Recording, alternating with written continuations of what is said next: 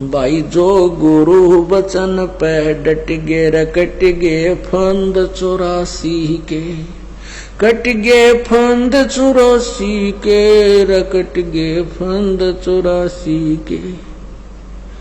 भाई जो गुरु वचन पे डट गे रकट गे फंद 84 के।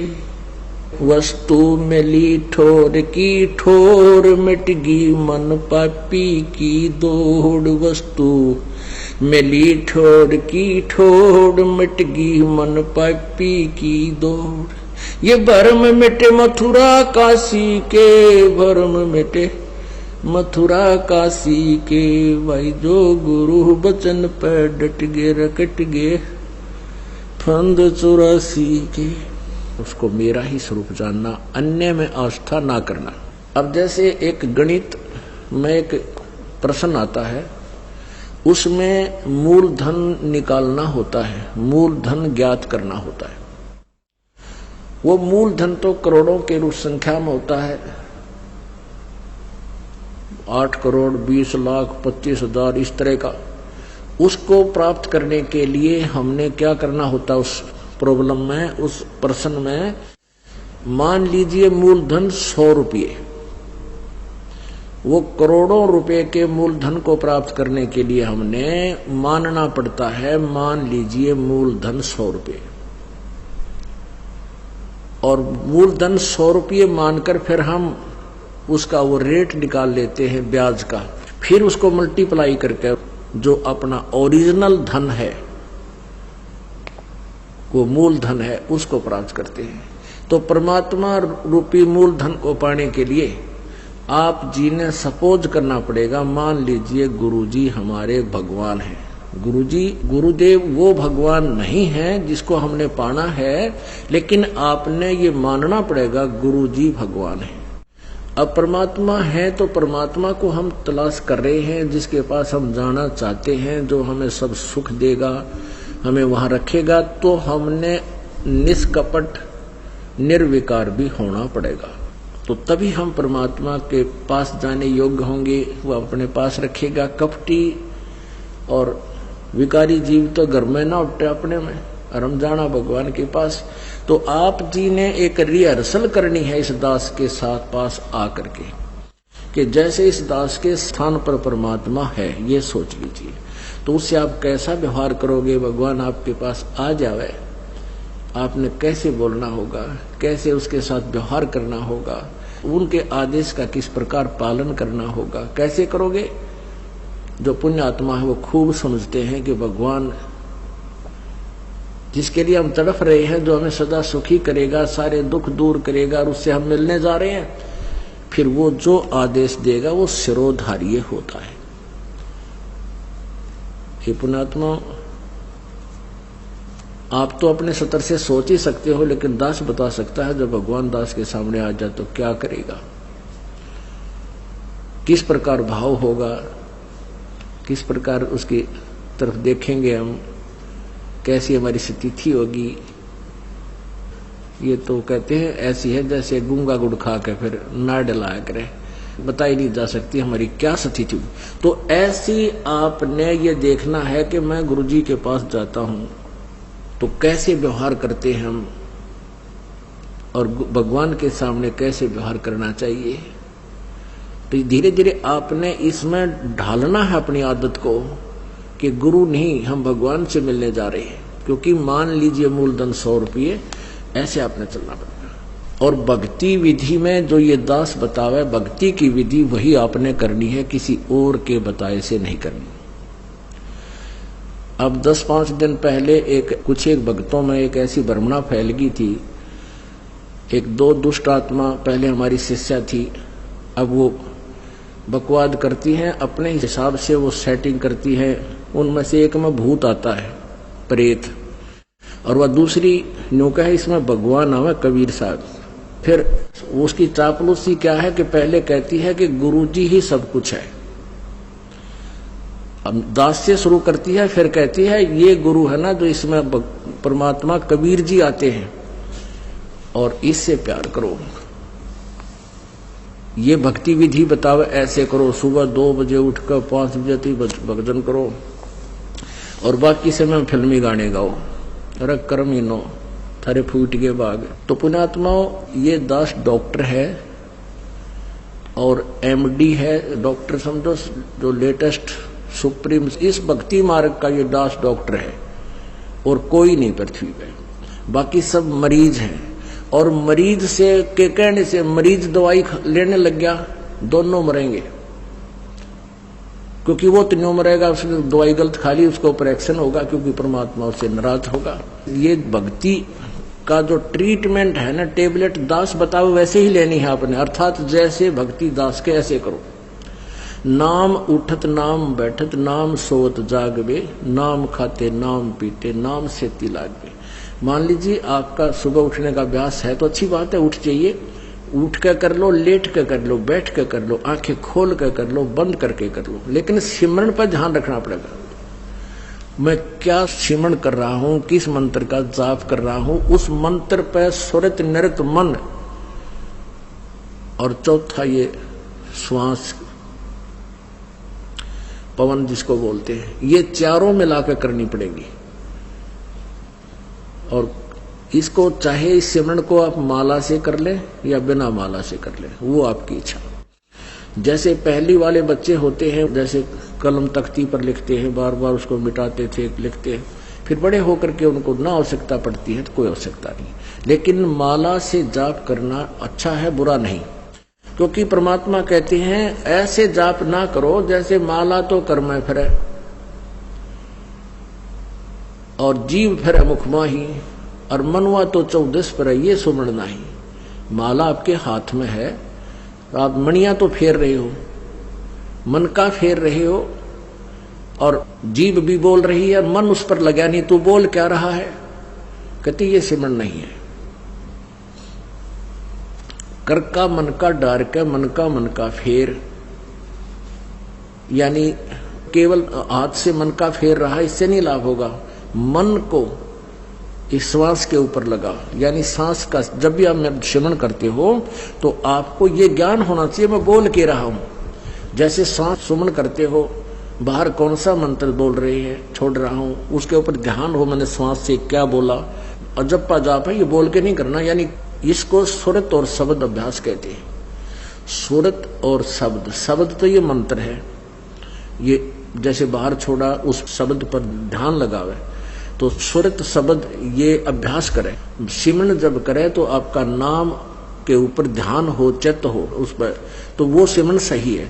अंदर कौन सा लिया, क्या बोला, तो ये तो सिमरन है सही। और वैसे आप श्वास चल रहा है, आप ध्यान कहीं घूम रहे हो, कहीं जा रहा तो वो नहीं। जैसे आप प्रथम मंत्र जाप करते हो, उसमें भी मैं क्या बोल रहा हूँ, पहला मंत्र क्या बोला जा रहा है, दूसरा भी, तीसरा भी, उसके ऊपर ध्यान रहे मैं के बोल रहा हूँ।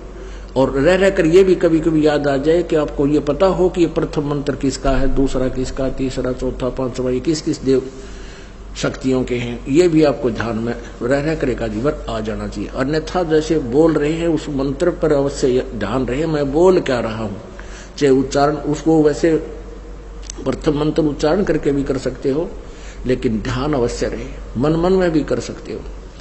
और जो दूसरा मंत्र सतनाम है, इसको केवल श्वास से किया जाता है, उस पर भी ध्यान रहे मैं बाहर क्या छोड़ रहा हूँ, अंदर कौन सा ले रहा हूँ। 2 अक्षर का होता है ये सतनाम, 1 अक्षर बाहर छोड़ना होता है, 1 अंदर लेना होता है। तो मैं क्या बाहर छोड़ रहा हूँ, क्या अंदर ले रहा हूँ, कौन सा मंत्र मैंने जाप किया है, उस पर चित्त रहे, वो शब्द रहे, सुरत शब्द, उस शब्द पर या सुरत रहे, ये ध्यान रहे, इसको सुरत शब्द अभ्यास कहते हैं। ये दूसरे नकली पंथाड़े कहते हैं सुरत और शब्द का ध्यान करें, 2.5 घंटे सुबह, 2.5 घंटे सामने बैठ जाए कोल्लू सा गाड़ के, और फिर कहते अंदर शब्द सुनना है, ये सुरत शब्द अभ्यास है। अरे झूठा ज्ञान ध्यान कहाँ ला रहे, तेरा ज्ञान ही व्यर्थ है, तुम ढूंढ कहाँ रहे हो, ये बाद में जा चतुराई है। इस नाम के सिमरण से आपके अंदर वो धुन प्रकट होएगी, और जो वास्तविक धुन, ये तो काल की धुन है जो शरीर में तुम सुनोगे, इससे बाहर सतखंड के अंदर जो सुरत है वह शरीर से बाहर निकलकर आत्मा फिर सुनेगी। शरीर में रहते हुए आपका एकदम सूक्ष्म शरीर बाहर चढ़ेगा और फिर वो धुन सुनाई देगी। शरीर में रहते हुआ धुन परले पार वाली नहीं सुन सकते। तो मूर्ख बना रखा था हमारे को। सुरत शब्द अभ्यास का गाटा जोड़ रहे थे और सुरत का बेरा न शब्द का पता। शब्द क्या? शब्द यानी मंत्र, अक्षर जिसका हम जाप कर रहे हैं उसको शब्द बोलते, और सुरत उसको पर ध्यान रहे, ये सुरत शब्द अभ्यास है। कबीर कलयुग आए के किए बहुत जो मीत, जिन दिन बांधा एक से ते सुख सोव न चीत। कबीर गुरु मर्याद न भक्तिपन, नहीं पिया का अधिकार। कहे कबीर व्यभिचारिणी, का कहीं नहीं सत्कार। अब जैसे अभी आपको पता है कि वो दो निकम्मी आत्मा, एक ने कहा इसमें भगवान आता है। 10-20 भगत खराब हो गए थे, उनका पता लगा, उनको डांटा धमकाया निकम्मियों को कि तुम बर्बाद हो जाओगे। इसी ये दुष्ट करा कितने धक्के खाते आंडे। यहाँ पहले भी कबीर साहब की वाणी यही थी, गीता जी भी यही थी, वेद भी यही थे, किसी ने कह का भी नहीं पता था। इस दास से थोड़ा बहुत ज्ञान सुनकर पंसारी बनना चाहते हैं। हमने तो बड़े बड़े ढाणे हैं, ये दो कुतरू फेर पैदा होते हैं। कहते हैं संगत माए कुसंगत उपजा, जैसे बन में बांस, पाग किस आग लगा दे करे बनखंड का भी नाश। ऐसे दुष्ट टाइप के इंसान होते हैं जो संगत में से कुसंगत उपजती है। जैसे वन के अंदर बांस उग जाता है, वन में बांस होता बम्बू, वो क्या होता है कि जब तेज हवा चलती है तो ऐसे थपेड़े लगते हैं, वो ऐसे आपस में घिस के और उन बांसों से आग लग जाती है और पूरे दावानल का रूप धारण कर लेती है, पूरे बनखंड को, पूरे जंगल का नाश कर देती है। कहते हैं ऐसी नकमी आत्मा जो होती है वो संगत में से कुसंगत उत्पन्न हो जाती है, वो आपस में बकवास करके पूरी संगत का नाश कर देते हैं। तो ऐसे कीड़ों से भी हमने सावधान रहना चाहिए। कोई भी भक्ति मार्ग का आपको गाइडलाइन दास देगा, अन्य कोई नहीं दे सकता। आप जी ये भी नहीं कह सकते, किसी कोई पूछता आपसे कि सुवर्ण कैसे करूं मैं, दूसरे मंत्र का, सतनाम का, सारनाम का तो आपने जिक्र करना ही नहीं है किसी के सामने। आप नहीं बता सकते उसको कि ये मंत्र बाहर छोड़िए अंदर ले, नहीं तो आप उसके गुरु हो जाओगे, आपका नाम खंड हो जाएगा। आप उसको ऐसे बता सकते हो कि गुरुजी ने मुझे ऐसे बताया, मैं तो ऐसे सेवन करता हूं। वो भी सतनाम जिसने ले रखा हो, जिसने ले नहीं रखा उसको नहीं बता सकते। जिसने ले रखा है वो कहता मेरे भूल लगी है। और वैसे तो हम यहाँ शुद्ध करा देते हैं, यहाँ भी आपको पूछ सकते हो। वैसे भी जिसने उपदेश ले रखा है, दूसरे ने भी ले रखा, सतनाम दोनों ने ले रखा है, उसको ये नहीं कह सकते आप कि ये पहला मंत्र ऐसे छोड़ दूसरा ऐसे लेती, आपका नाम खंड हो जाएगा, क्योंकि आप उसके गुरु बन गए। आप उसको इतना कह सकते हो कि गुरुजी ने हमें ऐसे बताया है, ये मंत्र ऐसे छोड़ना है, ये ऐसे लेना है। वो समझ जाएगा दूसरा कि ऐसा मंत्र। और कोई सीधा बताता है तो ऐसे भक्ति कर, 2 घंटे 3 घंटे सुबह कर, फलाना कर, ये मंत्र ऐसे कर, वो तुम्हारा गुरु बन गया। वो दुष्ट आत्मा ने तेरा भी नाम खंड कर दिया और भक्ति नाश हो गई आपकी। तो इस प्रकार के जो मिस हैपनिंग आपके साथ होती है, आपकी भक्ति के ना करवा देती है। उसके लिए आपने पुनरुपदेश लेना पड़ता है, परमात्मा रजा बख्श देते हैं। कहते हैं कबीर गुरु मर्यादा ना भक्तिपन, और नहीं पिया का अधिकार। यानी जब दूसरे पर आस्था होगी तो आप अपने मालिक से ऑटोमेटिक कट गए, परमात्मा से। परमात्मा कबीर जी कहते हैं कि गुरु गोविंद दोनों खड़े किसके लागू पाए, और बलिहारी गुरु अपना जिन गोविंद दिया मिलाए। मान लीजिए उस दुष्टा में, उस ढेडनी में बड़ी बात करते हैं, कबीर जी आते हैं। वैसे तो भूत आता उसमें कत्ती जैसे ये, तो परमात्मा ये कहना चाहते हैं गुरु भी खड़ा है और मैं भी आके खड़ा हो जाऊं। यानी मेरा कृपा पात्र संत जो तुम्हारे संपर्क में है वो और मैं साथ में दोनों खड़े हो जावा। तो तुमने मुझे नहीं, अपने गुरु जी को स्वीकार करना, प्रणाम करना है। तो मैं तुम्हें पसंद करूंगा, तब मैं तुझे चाहूंगा, तब मेरे अपने मानूंगा। नहीं तो तुम्हें कोई भी भ्रमित कर देगा मेरे रूप में आके। आपने गुरु जी के अतिरिक्त किसी को नहीं आदर देना, भगवान को भी नहीं देना। मतलब यहां तक कह दिया। जब उस मान लीजिए उस दुष्टा में कबीर जी आते तो भी मना करते हैं कि नहीं, तो गुरु जी को भी मानो। और जो दुष्ट आत्मा उनके पास जाते हैं वो तो उनको भक्ति नाम का अंश नहीं, उनका भट्ठा बैठ गया। तो ऐसे हमने कहते हैं जैसे माता गर्भ को रखे यतन बना और ठेस लगे तक क्षीण हो जाती, ऐसे भक्ति जा। जैसे किसी बहन को मुश्किल से गर्भ रहा हो कई वर्षों में, फिर वही जानती है कि किस प्रकार इस लाल को, इस बच्चे को परिपक्व करना है। सपने में भी डर लगता है कि कहीं करवट बदलते समय बालक पर दाब ना आ जा, मेरा गर्भ खराब हो जा। कितनी चिंतित रहती है, ऊंचे नीचे पर पैर ना टिक जा, भगवान कहीं खान पीन में ऐसी गर्म वस्तु ना खा लो जिससे मेरा बालक खराब हो जाए। तो इतना डर कर आपने इस भक्ति रूपी गर्भ को प्रफुल्लित करना है। जैसे माता गर्भ को रख यतन बना और ठेस लगे तो क्षण हो तेरी ऐसे भक्ति जा। नारी कहावे पीव की रहे और संग सोए, जार सदा मन में बसे खसम खुशी क्यों होवे। देख कितनी गहरी बात बताई दाता ने। नार कहावे पीव की, और कहते हैं रहे और संग सोए, और जार सदा मन में बसे फिर खसम खुशी क्यों होए। आन उपासना, अन्य के अंदर आस्था नहीं रखनी। जैसे परमात्मा कबीर जी आए थे, 64 लाख शिष्य थे उनके उस समय, उन्होंने कभी नहीं बताया कि मेरे स्थान में किसी और में भगवान आवे है, उसमें जाकर पूज लो। अब उन दुष्टा ने के बकार रखे ये बालक कि गुरुजी ने कहा है कि तुम ऐसे करो और ऐसे करो और उसको भगवान मानो, और गुरुजी का अगर नहीं बताना नहीं वो नाराज हो जाएंगे। इन मंदबुद्धियों ने यह भी मान ली गुरुजी का आदेश। पीछे से 10-20 दिन यह बकवास चली थी, अब सेट हो गया।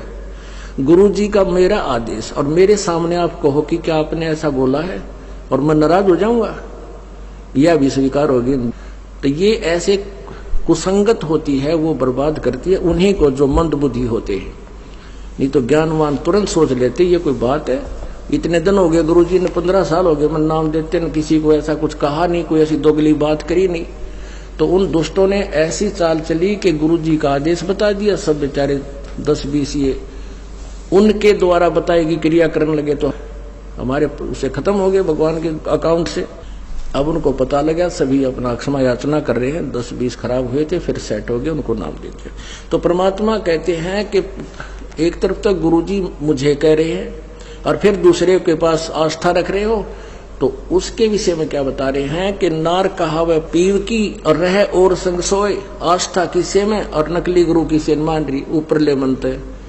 और कहते हैं जार सदा मन में बसे, आस्था तुम्हारी दूसरे में हो गई है तो फिर खसम खुशी क्यों होए। वो परम पिता परमात्मा धनी हमारा क्यों कर राजी होगा। कहते हैं सेज बिछावे सुंदरी अंतर पर्दा होए, और तन सौंपे मन दे नहीं कदे न सुहागण होए। अब जैसे यही एक अभी ये मोटा उदाहरण था जो अभी ये घटना हुई कि मुझे तो गुरुजी कहे आस्था दुष्ट ढेटनी में दुष्टा में, तो क्या बताते हैं सेज बिछावे सुंदरी यानी आत्मा और अंतर पर्दा होए, अंदर दोष रखे, अंदर में आड़ बना ली। और कहते हैं तन सौंपे मन दे नहीं, यानी शारीरिक तरीके से तो यहाँ आकर नमस्कार करें और आत्मा उस दुष्टा में। ये 10-20 से बिगड़े थे, वो सेट हो गए। अभी 10-1 दिन ये पता नहीं अंडरग्राउंड कैसे एकदम आग चल पड़ा था सिस्टम। तो दास को पता चला, जब उनको बता दिया कि तुम्हारा सब कुछ बर्बाद हो गया, तो उन प्यारी आत्माओं ने बहुत दुख हुआ इस बात का कि हमारा तो सारा नाश कर दिया उस नालायकों ने। ऐसे बहुत से झटके आएंगे, लेकिन ये हमारे ये परमात्मा का बाग किसी से बिगड़ नहीं सकता। ये तो पूरे ब्रह्मांड में छावेगा। ये बड़े बड़े ये टीरी खा ये ढाने हमने, ये बड़े बड़े पंथ पंडेर ये नए कुतरू आगे थोड़े हमारी संगत को खराब कर सकते हैं। परमात्मा कहते हैं जब तुम भक्ति करते हो और पतिव्रता पद पर रहते हो, यानी 100 वर्ष तो सतगुरु पूजा एक दिन आन उपासी, वो अपराधी आत्मा भाई पड़े काल की फांसी। 100 वर्ष तो आप वो साधना कीजिए जो दास आपको बता रहा है, और एक दिन आन किसी के कहने से आन उपासना कर ली, कहते वो अपराधी आत्मा फिर पड़े काल की फांसी। वो साधना आपने किसी और के बताई हुई नहीं करनी है। और जब आप पतिव्रता पद पर रह करके साधना करोगे, पतिव्रता पद का मतलब है केवल एक ही गुरु और दूसरा पृथ्वी पर नीचे भगवान भी आ जावे। ये मालिक कहते हैं गुरु गोविंद दोनों खड़े किसके लागू पाए, उन्हीं का आदेश है। इसीलिए है कि आपको ये काल और अपने दूतों के द्वारा हमारे रास्ते से भ्रष्ट कर देता है। फिर कुछ दिन आपका पुण्य आपके साथ होता है, वो पहले किया हुआ जो इस सतभक्ति का, तो वही आपको देता रहता है। आप सोचते हो मुझे कुछ हानि भी नहीं हो रही है, गुरुजी भी त्याग दिया है और मैं अब साधना भी अपने हिसाब से ही कर रहा हूं, तो पिछला पुण्य जब तक चलेगा, वह बैटरी जितनी चार्ज होगी थी, चार्जर हट गया, चार्जर हटा देने से बैटरी फिर भी काम करती है, इन्वर्टर के पंखे बल्ब फिर भी जगते रहते हैं, लेकिन आगे चार्जर ठीक ना लगने से फिर एकदम सभी आपदाएं आएंगी, सभी बल्ब भी बंद हो जाएंगे, चश्मे ट्यूब बंद हो जाएंगी, पंखे भी नहीं चलेंगे क्योंकि वो डिस्चार्ज होगी। तो परमात्मा कहते हैं 100 वर्ष तक सतगुरु पूजा, एक दिन आन उपासी, वो अपराधी आत्मा फिर पड़े काल की फांसी। और पतिव्रता पद पर यानी अन्य की कोई आस्था नहीं रखनी, केवल ये दास जो बताओ वही साधना आपने करनी है, उसी तरह नियम रखने हैं। कहते पतिव्रता जमी पर जो जो धर है पांव, और समरस झाड़ू देते है ना कांटा लग जाए। आपके जीवन रूपी सफर को परमात्मा आपके पाप कर्म रूपी कांटों को ऐसे बुहार देगा, साफ करके रखेगा, कहीं मेरे बच्चे को, मेरी प्यारी आत्मा को ये कर्म रूपी कांटा दुख ना दे दे। कहते समरस झाड़ू देते है पतिव्रता, फिर ऐसी जो आत्मा जो एक परमपिता पर रुकने वाली, सच्ची श्रद्धा करने वाली, अपने जीवन रूपी सफर पर पग रखती है, तो समर्थ झाड़ू देत है, कहीं ना कांटा लग जाए। बोलो सतगुरुदेव। और बात तेरे काम न आवे, तू संतों शरण लाग रे, के सोवे गफलत में बंदे, जाग जाग नर जाग रे जाग।